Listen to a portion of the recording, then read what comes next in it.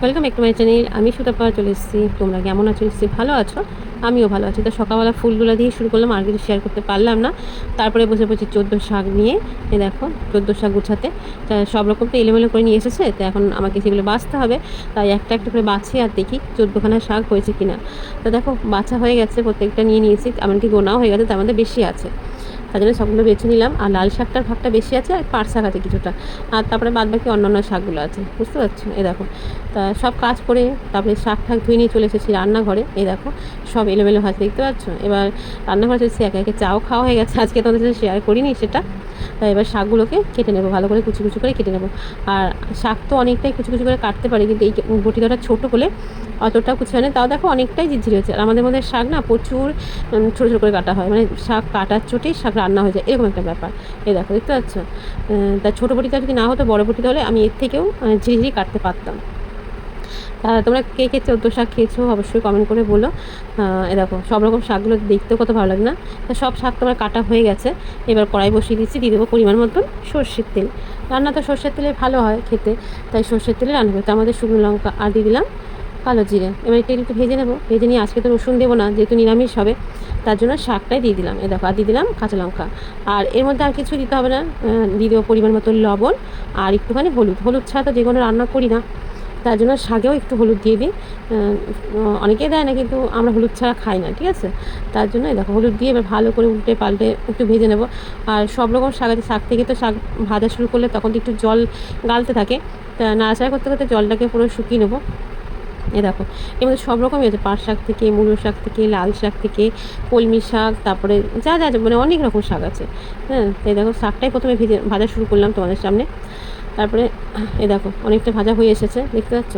আর আমি শাকে অনেক সময় চিনি দিই না, তা আজকে একটুখানি বলে একটু ভালো মতন টেস্টি করি, তার জন্য একটু চিনির ব্যবহার করেছি। আর তার সাথে দিয়ে দিচ্ছি একটুখানি নাড়াচাড়া করে মিশিয়ে নিয়ে দিয়ে দিলাম একটুখানি কাজু আর কিশমিশ।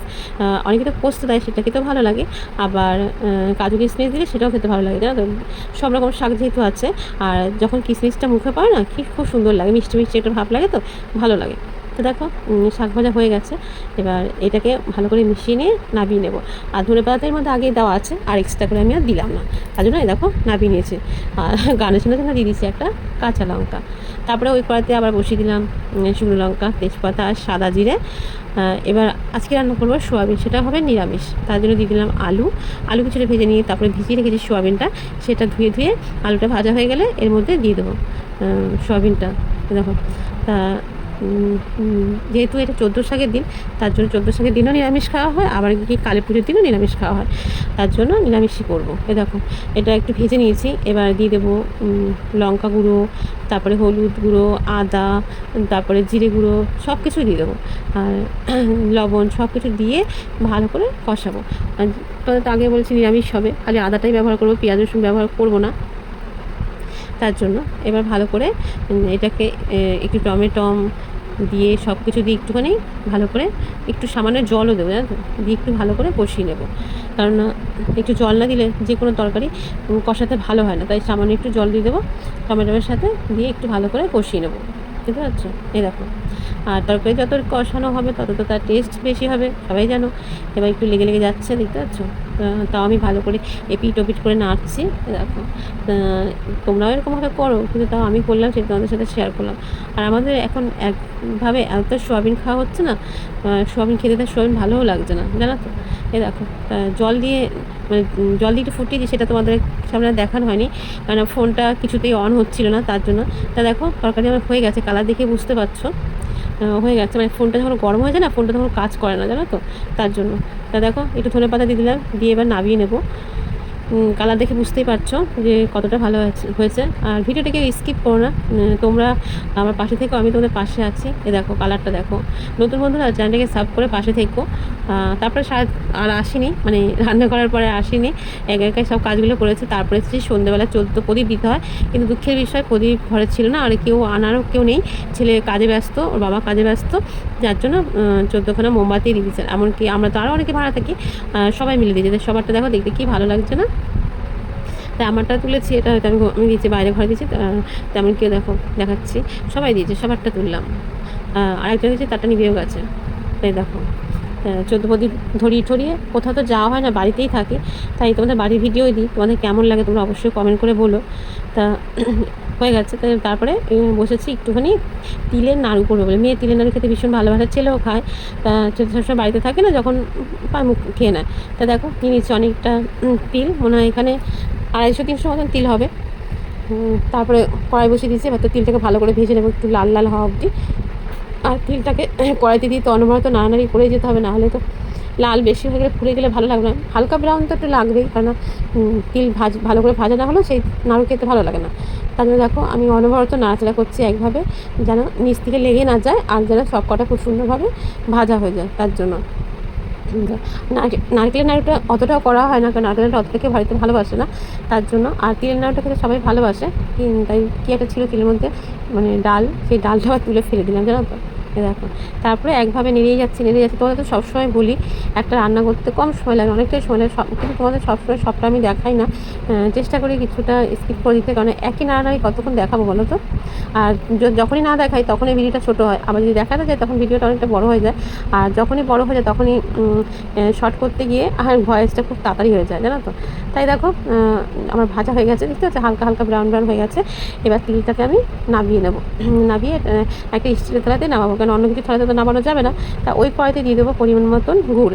তা এখানে যদি তোমার 200 তিল থাকে বা ধরো 200 তিল আছে, সেখানে তোমাকে 150 যদি গুড় নাও তাহলে ঠিক হয়, জানো তো। তা আমি সেরকমই নিয়েছি। দেখো এবার অনেকে জল দেয়, আমি কিন্তু জল দেবো না, আমি এরকম করে করবো, কারণ মাকে দেখেছি এরকম করে করতে, তাই আমি এরকম করে করি। তা গুড়টাকে ভালো করে গলিয়ে নেবো, গলিয়ে নিয়ে নাড়াচাড়া দিতেই থাকবো যতক্ষণ না গুড় থেকে আঁশ বেরোয়, জানো তো। এ দেখো মানে গরম দিয়েছি তো, তাই গলছে আস্তে আস্তে, এ দেখো গলতে শুরুছে। আর আমার ভিডিও তোমাদের কেমন লাগে তোমরা অবশ্যই বলো। আমি তো সব রকম দিয়ে দিই, যেমন আমার কাছে সুবিধা হয় সেটাই করি। আর একভাবে ক্যামেরা বসিয়ে রাখার মতন আমার জায়গা নেই, যার জন্য আমাকে ক্যামেরাটা করার মধ্যেই ধরতে হয়। এটাও তোমাদের কাছে কেমন লাগে সেটাও তোমরা বলো, কারণ যে আমি এক জায়গায় ক্যামেরা বসিয়ে রান্না করবো, আমার রান্নাঘরের পরিস্থিতি সেরকম নেই। যদি কখনো ঈশ্বর দেয় সেরকম, তাহলে তোমাদের সঙ্গে অবশ্যই সেরকমভাবে শেয়ার করবো। তাই দেখো গুড়টা তনবরত নাড়ছি, নাড়তে নাড়তে দেখো পুরো মানে জল মানে বেরিয়ে এসছে। আর আমি উচ্চ করে দেখছি যে আঁশটা উঠছে কিনা। আবার অনেক সময় কী করি, খুন্তিতে করে নিয়ে জলের মধ্যেও দিই, জলের মধ্যে দিলে তখন একটুখানি দলা দলা হয়ে আসবে, তখন ভাবে যে হয়ে গেছে। তা দেখো আমি যতবার নাড়াচাড়া করছি যাতে নিচটা ধরে না যায়, আর আঁশ উঠছে নাকি সেই আঁশটা দেখার জন্য আমি বারবার নাড়াচাড়া করছি, আর ততবারই এরকম করে হাত মানে খুন্তিতে করে তুলছি। মাকেও দেখেছি এরকম করতে, তাই এরকম করেই করি আমিও। দেখো বুঝতে পারছো। তা যখন বুঝবো যে আঁশ উঠছে, আঁশ ওঠার মতন, তখন ভাববো যে গুড়টা হয়ে যাবে। আর এইসব গুড় দেখলে আগে আমার মা এরকম নাড়ু করতো না, এরকম চিট গুড় বানাতো, যেটা আমিও আজকে করেছি। তা দেখো আঁশটা মনে হচ্ছে হয়ে এসেছে, তাই আমি একটা থালার মধ্যে নামাবো বলে থালার মধ্যে একটু ঘি দিয়ে দিলাম, দিয়ে থালাটাকে ছড়িয়ে নেবো, নাহলে কড়াইতে থাকলে না ওটা তাড়াতাড়ি মানে দলা পেকে যায়। তার জন্য এই দেখো বাটিতে ঘি দিয়ে তাড়াতাড়ি চিট গুড় তুললাম। আর এটা হচ্ছে গিয়ে গুড়ের সাথে গুড়টা হয়ে গেছে। এবার সব ভাজা তিলটা দিয়ে এবার পাকিয়ে নিলাম। এবার এক এক করে নাড়ুগুলো একটা একটা করে পাকিয়ে নেবো। দেখতে পাচ্ছ কতটা সুন্দর হয়েছে। আর মেয়ে করছিল, মেয়েকে বললাম তুই হাত দিস না, কেননা গরম লেগে যাবে। তার জন্য হাত যদি লেগে যায় না হাতে খুব হয়, প্রথমেরটা একটু অসুবিধা হয়, কিন্তু আমি বললাম তোর করতে হবে না, আমি করছি, তুই ক্যামেরাটা ধর, জানো তো। এই জন্য ওকে ক্যামেরাটা ধরলো আর আমি করে ফেলাম। এ দেখো তিলের নাড়ু আমার হয়ে গেছে, দেখতে কতটাই আমি হয়েছে। অবশ্যই বলো কেমন হয়েছে সেটা বলো। সবাই ভালোবাসে পাশে থেকো, সবাই সুস্থ থেকো, ভালো থেকো, সবাইকে টাটা।